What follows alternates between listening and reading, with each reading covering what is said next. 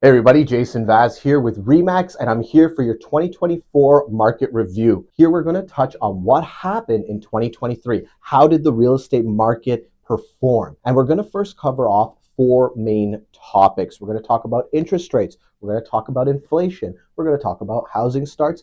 And ultimately, we're going to talk about house prices. Let's start with interest rate. So in 2023, we saw three major interest rate hikes. They started off in January, and then we saw back-to-back interest rate hikes in June and July. Each of these interest rate hikes were for 0.25% or 25 basis points, ultimately bringing the Bank of Canada's policy rate up to 5%, up 0.75%. Now, it's important for all of you to understand that this only affected variable rate mortgages. On the fixed rate side, which is determined by the bond yield, we saw things migrate a completely different way. Bond yields started at 3% in January of 2023, hitting a peak of 4.25% in September, and then sharply declining to 3.17%. Now, while the bank rates weren't as volatile as the bond yield when it came to fixed rate mortgages, we did notice that more and more buyers were electing to go with a fixed rate mortgage when purchasing their first home. All right, inflation. Now, inflation was a big topic in 2023, so I'm going to be pretty quick when we go on this one. The year started off with 6.3%, dipping to a low in June of 2.8%, then trending up in August all the way up to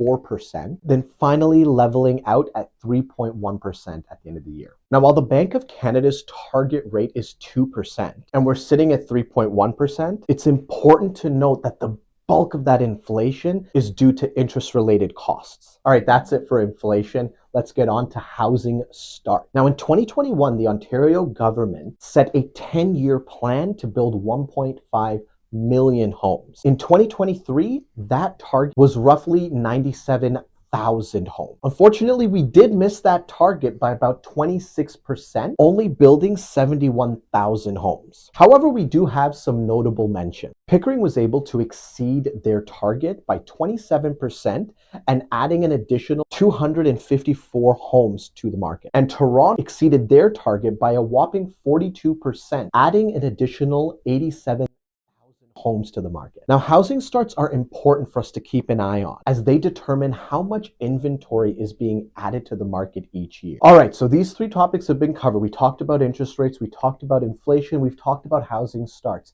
Now, how has this affected prices of homes? Now, across all TREB markets, the price of homes did trend up from the beginning of 2023 to the end. Now, remember, I mentioned that there was three interest rate hikes, January, June, and July. Prices across all boards started at around $1 million, and they actually trended up to $1.2 million in May and took a sharp decline from that point, hitting a low of about $1.05 million in August, correcting itself in the fall market, and then leveling off at just under $1.1 million in December of 2023. The average price across all TREB market was $1.115 million. Now, the City of Toronto started at an average price of just under $1 million in January of 2023. Prices quickly jumped up to just under 1.1 in February, taking a slight dip in March, but then recovering in the spring market, bringing the average price up to $1.2 million. We did see a sharp decline leading all the way into August, with a slight recovery in the fall market and then prices leveling out. The average price for the City of Toronto for 2023 was $1.08 million. Peel Region followed a very similar trend, starting at just under $1 million,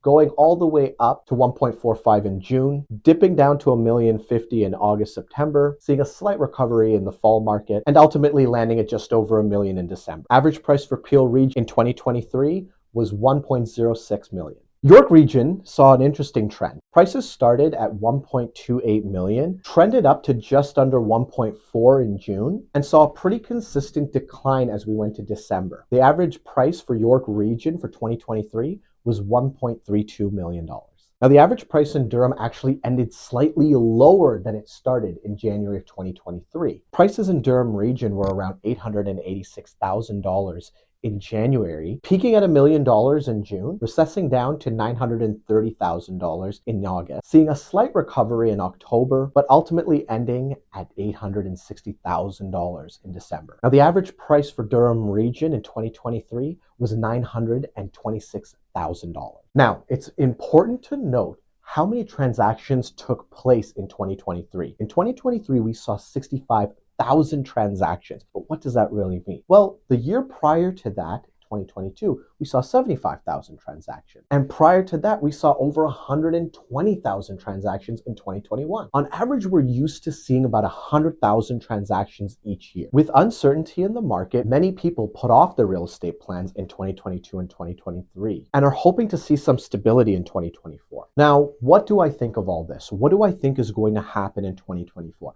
So I'm going to make a little prediction. I do believe there is quite a bit of pent-up demand over the last 2 years. And seeing that we have not hit our targets for housing starts, the resale market is the obvious choice for people looking to end. So I expect to see a lot more transactions hit the market in 2024. The general consensus is that we will see lower interest rates. It's just about when.